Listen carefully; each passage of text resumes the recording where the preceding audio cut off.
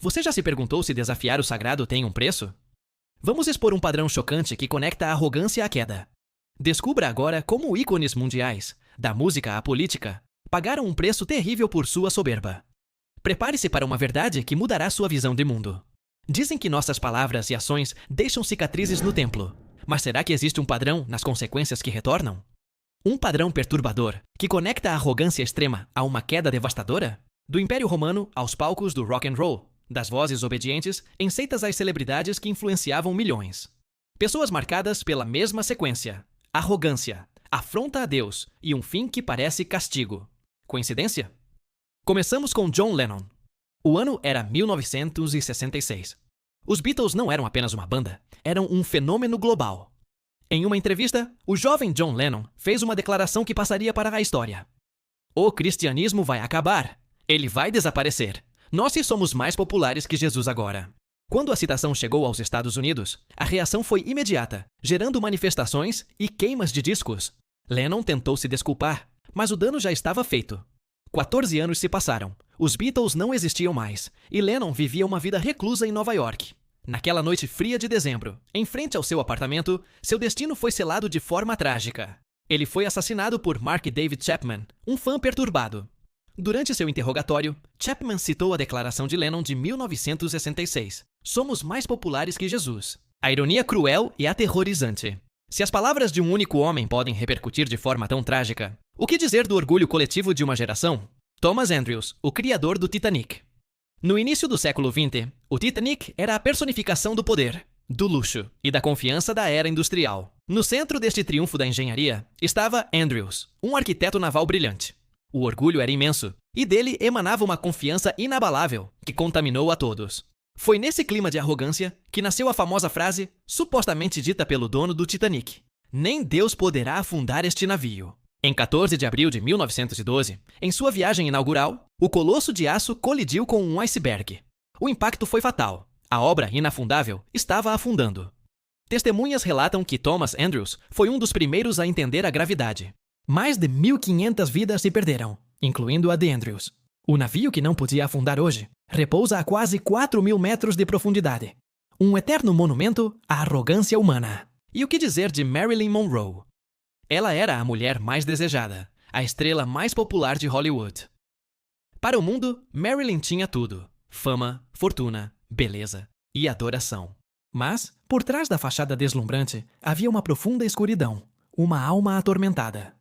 E foi nesse estado de vulnerabilidade que ela teve um encontro que poderia ter mudado tudo. O famoso evangelista Billy Graham, sentindo um chamado divino, conseguiu um breve encontro com a atriz. Ele lhe ofereceu uma paz que o mundo não podia dar.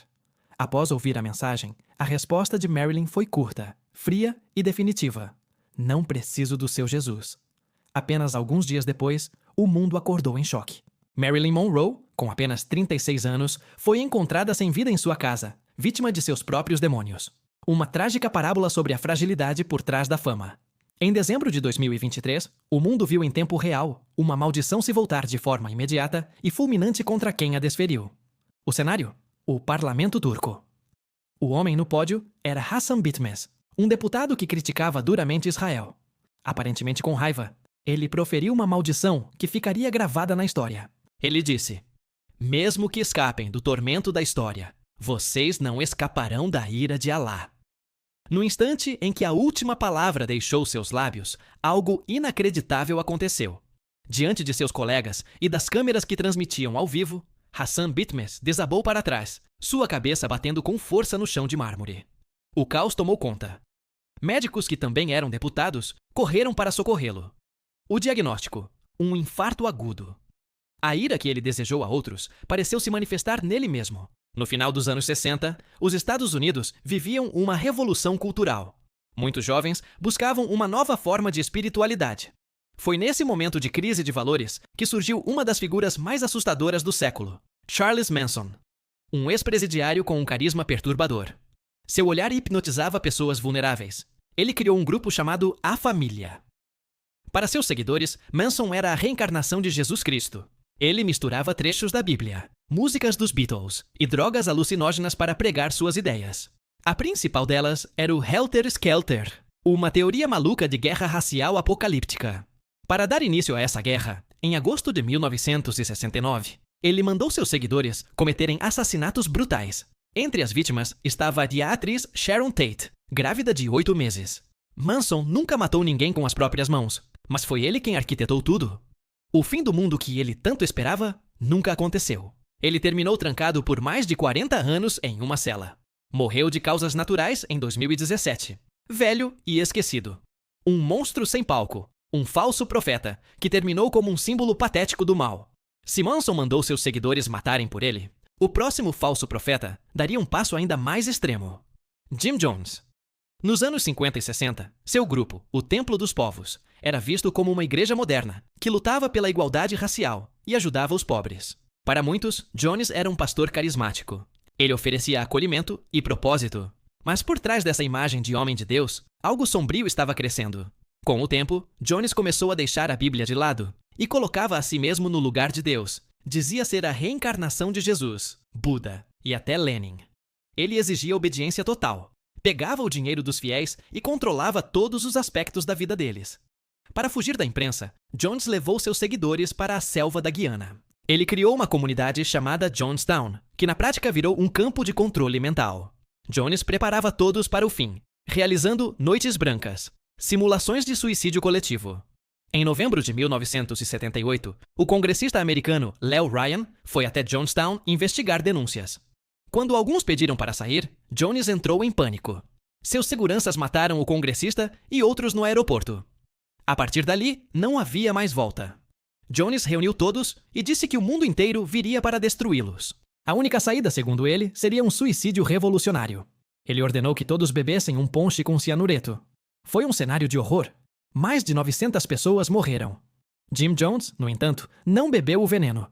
Ele foi encontrado com um tiro na cabeça. Jonestown foi um alerta brutal sobre até onde um falso profeta pode levar seus fiéis.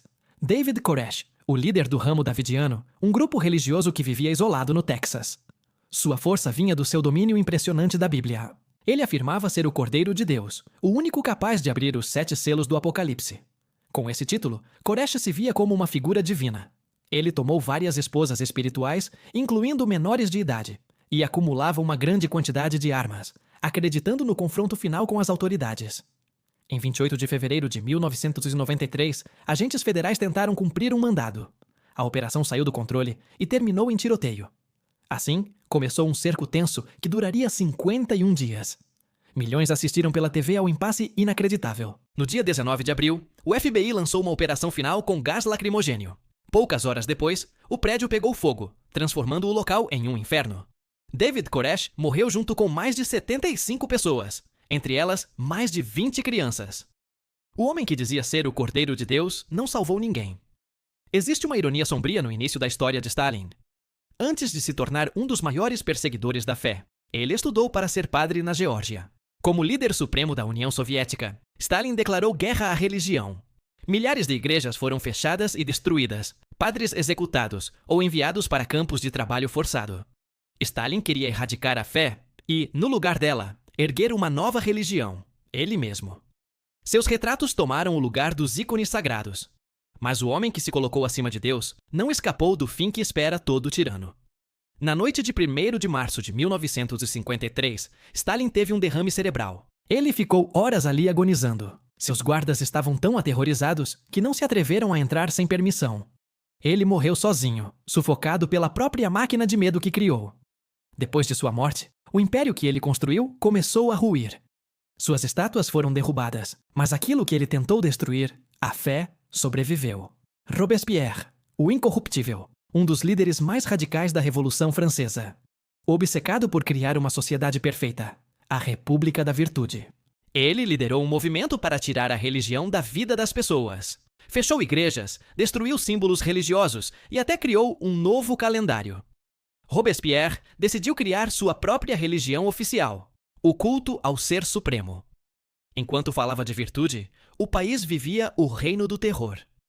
A guilhotina virou símbolo desse tempo, executando milhares. No fim, Robespierre foi traído por seus próprios aliados. Durante sua prisão, levou um tiro que destruiu sua mandíbula. No dia seguinte, foi executado na mesma guilhotina que usou contra tantos outros. Seu fim foi irônico. O homem que pregava a virtude morreu como um traidor. O líder que tentou criar um deus à sua imagem foi destruído pela própria revolução. Anás não era o sumo sacerdote oficial no ano da crucificação, mas quem realmente mandava era ele. Ele era o chefe de uma família poderosa, rica e corrupta. Para Anás, Jesus de Nazaré não era um pregador inofensivo.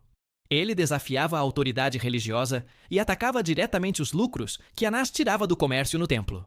Por isso, quando Jesus foi preso no Getsemane, ele foi levado primeiro à casa de Anás, numa reunião secreta e ilegal. Anás o interrogou sobre seus ensinamentos. Para Anás, Jesus era uma ameaça que precisava ser calada. Ele foi o cérebro por trás da condenação. Mas no fim, sua vitória foi vazia. Os romanos invadiram Jerusalém e destruíram o templo, a maior fonte de poder e dinheiro de Anás. O homem que mandou matar Jesus para proteger seu sistema viu esse mesmo sistema virar pó. Os soldados que zombaram de Jesus na cruz representavam a frieza do mal cotidiano. Para eles, Jesus era só mais um prisioneiro. Mas a violência que aplicaram foi sádica, teatral. Fizeram uma coroa de espinhos, se ajoelhavam diante dele como um rei, cuspiam e zombavam. Depois o pregaram na cruz. E ali, enquanto Jesus sofria, a indiferença deles atingiu o limite. Sentaram para jogar dados e apostar quem ficaria com a túnica dele. A Bíblia não conta o que aconteceu com cada um daqueles soldados. Mas a vida de um soldado romano na Judéia era curta e brutal. Muitos, com certeza, morreram em guerras sangrentas. No entanto, em meio a tanta escuridão, há uma faísca de consciência. Um deles, o centurião, viu o que ninguém mais enxergava. Ao presenciar a morte de Jesus, os terremotos e a escuridão, ele foi tomado pelo medo e pela verdade, e declarou: verdadeiramente, este homem era o Filho de Deus.